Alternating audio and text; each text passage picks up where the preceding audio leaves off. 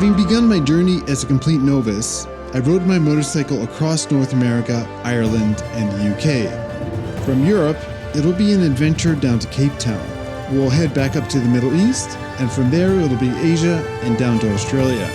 New Zealand's southernmost drivable point will mark the end of my trip. I'm calling it the Big Spiral, and this is Act 5, A Journey Through Europe. Good morning. So we've got a bit of a problem. My frame is cracked. So yeah, it's on the back of the bike here, and I noticed, I don't know if you can see this, it is cracked right here. And if I kind of flex the back of the frame, you can kind of see it open and close, I think. And actually it's also here cracked as well. It's not a huge surprise to me, but it's also something I really need to fix, because if it keeps breaking, then the whole back end of the bike is going to fall off. Can't have that. So I've already found a guy that can weld, and so that's where we're going right now. We're going to head to his place, take the bike apart, and hopefully he can kind of weld it back together and hopefully reinforce it. So let's get going. Okay, so the reason why I said it's not super surprising is because I had that big case on the back. So I had that, you know, this big box sitting on the back for a long time. I recently downsized it, but maybe a little too late. Oh, a little too late.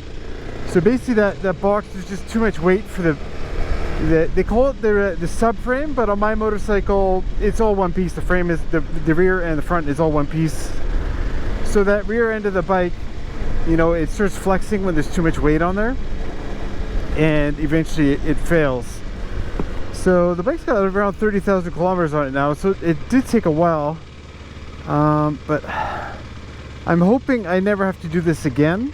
Hopefully we can reinforce it enough to make the bike reliable in that regard for the future. And plus the new case is a lot lighter now.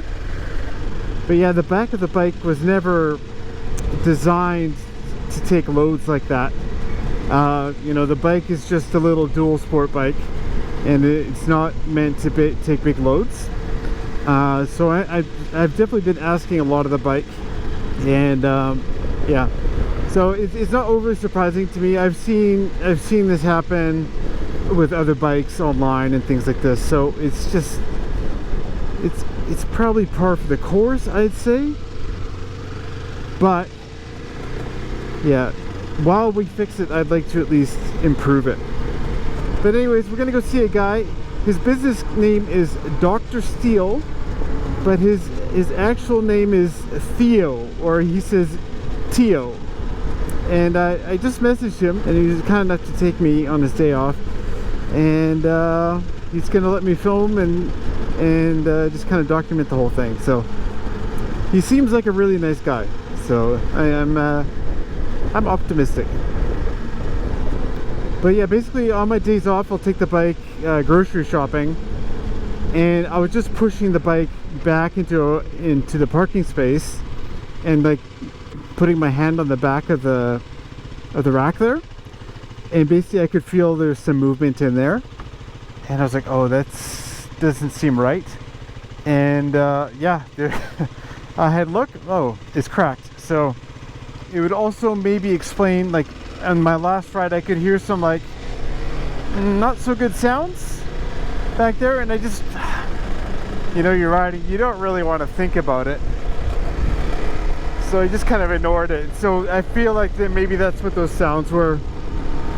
On compressions, you could hear like a, I don't know, some kind of popping sound, you know. So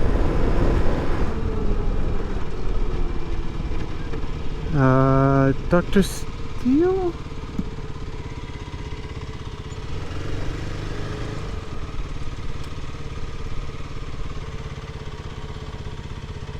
Maybe this is it.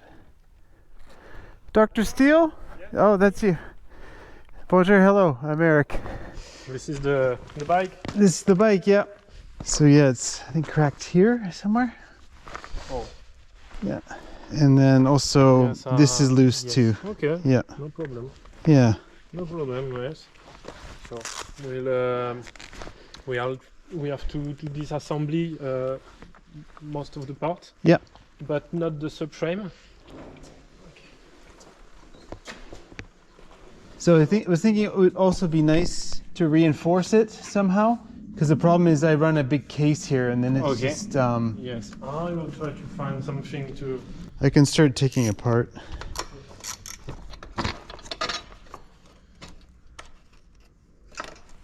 It's just hanging like this. Yeah.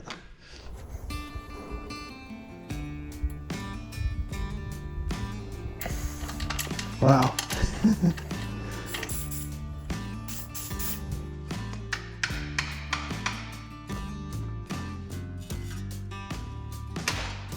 Nice. It's a nice sound.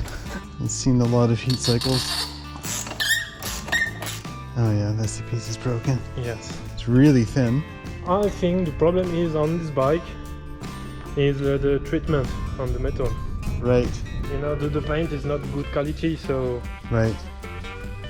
the result is rust everywhere. Right. So you think it's rust and not vibration? You can find a link between them. If the rust go into the metal by the vibration, Yeah. you can destroy some parts. Yeah, for sure. So it's a combination. Yes. Yeah. But maybe we can make this thicker. I will change something. Yes. But also looks like the exhaust is like a stressed member.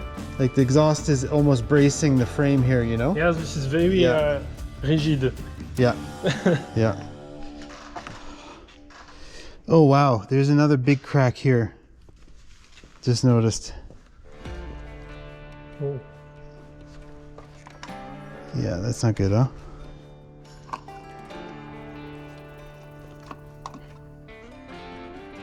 It's pretty bad. Yes. I can try to put some steel patch around. Yeah, on the outside. Yeah. Um, Yeah, that's quite bad, isn't it? yes. Too much weight on the subframe. Yeah.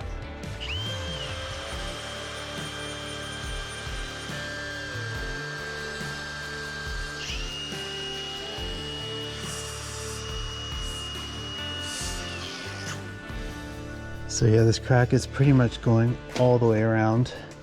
Not good, not good.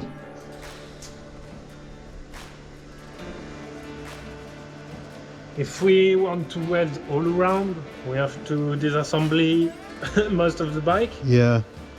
So for the moment, I just make a weld here Okay. with a big point where the crack end. Yeah. I will put a little bit of Bar? metal. Yeah. Yes. Just here. We're trying to get this plastic piece off here, but this brace has come off too. This one is very, very seized. The bike's only a year old, but it's it's pretty rusty actually.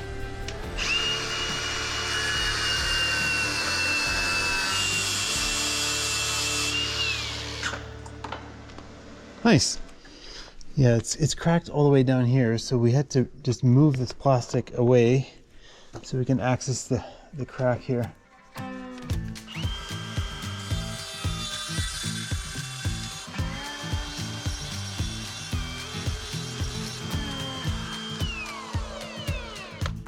Yeah, you can see it's kind of, he's ground around all the way to the end of the crack there, so it's gone almost all the way around the bar. It's worse than I thought, to be honest. It's not, it's not good. Okay, don't forget, yes, close the eyes. Mm-hmm.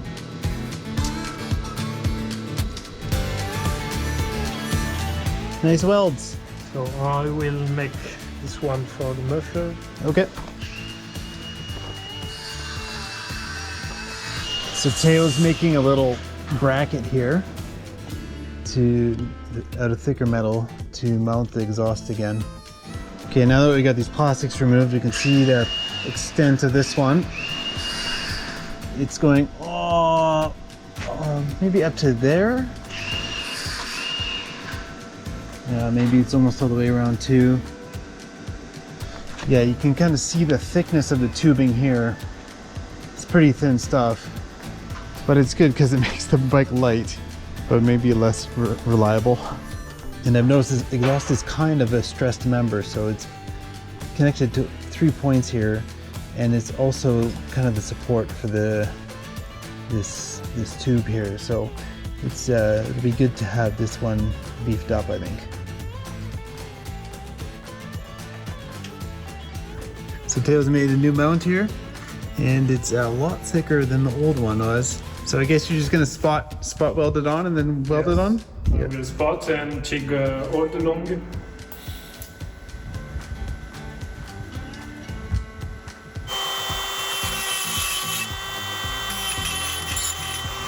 Alright, so Teo's welded on the new mount for the exhaust, and then he's also kind of prepped this surface for the next weld.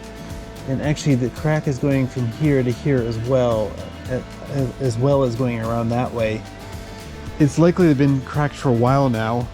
It's just that I've noticed it now. So it's hard to say how long it's been cracked, but it probably started on the first day of my trip. You know, it started working its way to where it got now. So.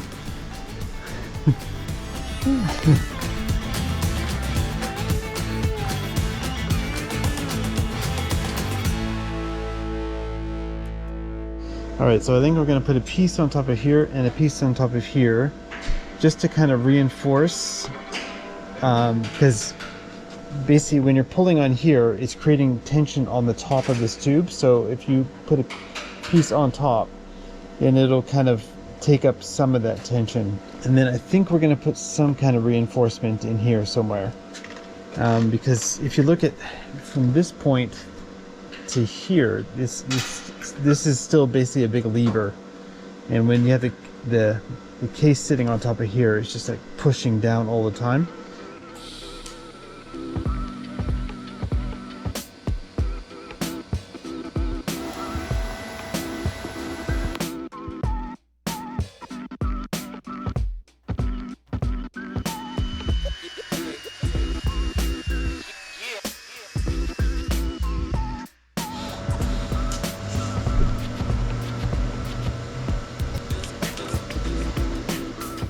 Looks awesome. Yes. Doesn't move anymore, does it? It's feel rigid. Yeah. All right, so Teo didn't really think it was necessary, but I really wanted to add this kind of triangulation. But he figured this probably would be enough. This kind of, I don't know what you would call it, a stitch.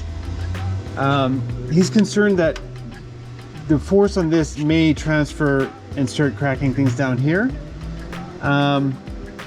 But if it does, I'll let you know, and I'll let Theo know.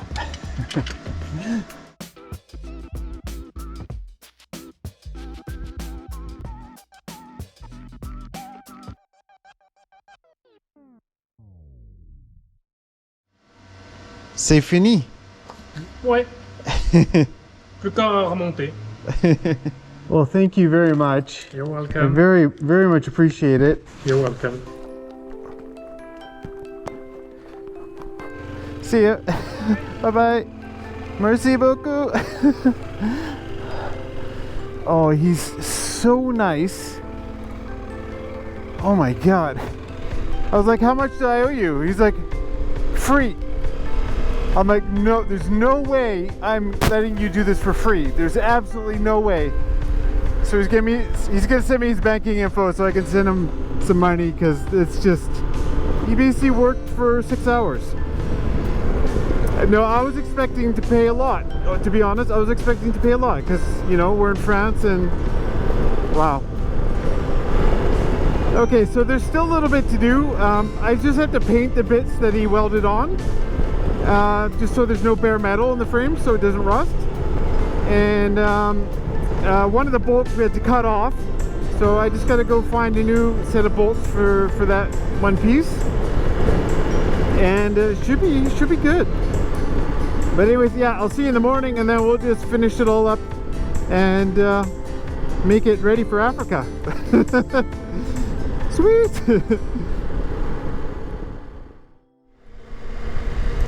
Well, good morning. It's the next morning, and we're gonna do a little quick paint job on the bike, and she should be good to go for a little while longer, I guess. But yeah, I guess I just wanted to say is that it's not a big deal. Like, things are gonna break, and when they break, you fix them, and when they break again, you fix them again. You know, so yeah. But yeah, a cracked frame, it doesn't sound good, does it? Like on a bicycle, like a mountain bike, a cracked frame, basically when you hear that, the frame is done.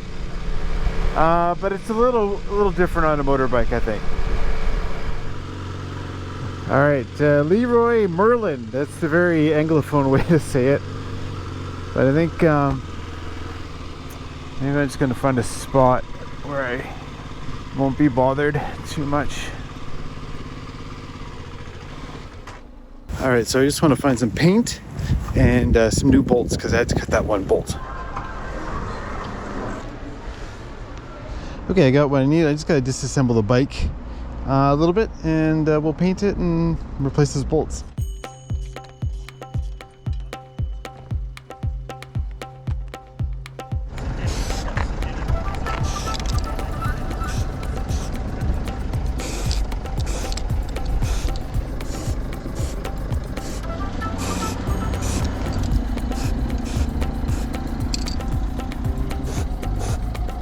Alright, so I managed to spray over it without too much overspray. Alright, so if there's anything I've learned from this experience is to put the bolt head in the wheel well and keep the nut on the top here, because basically if the nut is in the wheel well, over time it's just never going to come out because it's just going to rust in there. So yeah, good little tip for you there. That and nylock nuts are your friend.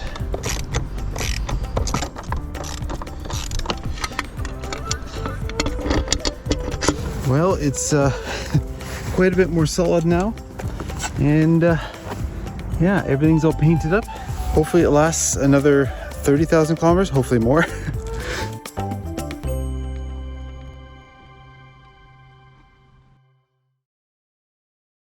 Well, the bike's fixed now, and in large part because of Theo. I feel like I got really lucky meeting him. He's basically the first guy I messaged, and he messaged me back like pretty much right away. I'm like, he seemed really friendly. So yeah, I totally expected to, you know, pay a whole bunch of money, and I definitely sent him a bunch of money for sure. But yeah, he didn't want to take any cash at all, which just seems so... You can't work for free, man. Don't work for free. So yeah, I sent him a bunch of money, and yeah, I'm just really glad the bike is, it should be good. And yeah, because I just want to ride off-road, and I don't want to worry about the bike. I just want to be able to ride it and not try to be gentle or anything, and just, you know, be a little bit of aggressive. And yeah, so I think it, bit of a stroke of luck with Theo. And yeah, he did an amazing job, and it's all painted up now. And yeah, I think it's better than it was originally, I think, because it's yeah, it's just stronger now, I think. So hopefully it'll last another 30,000 kilometers or more. And yeah. So anyways, yeah, if you enjoyed the video, I'd love if you subscribed. And then I've also got a link on the screen to my Patreon. So if you'd like to get early videos or the occasional Q&A, that kind of thing, you can get on Patreon. And then I've also got a link to the next video or another video you might like on the screen right now. Anyways, thank you so much for watching, and we'll see you in the next video.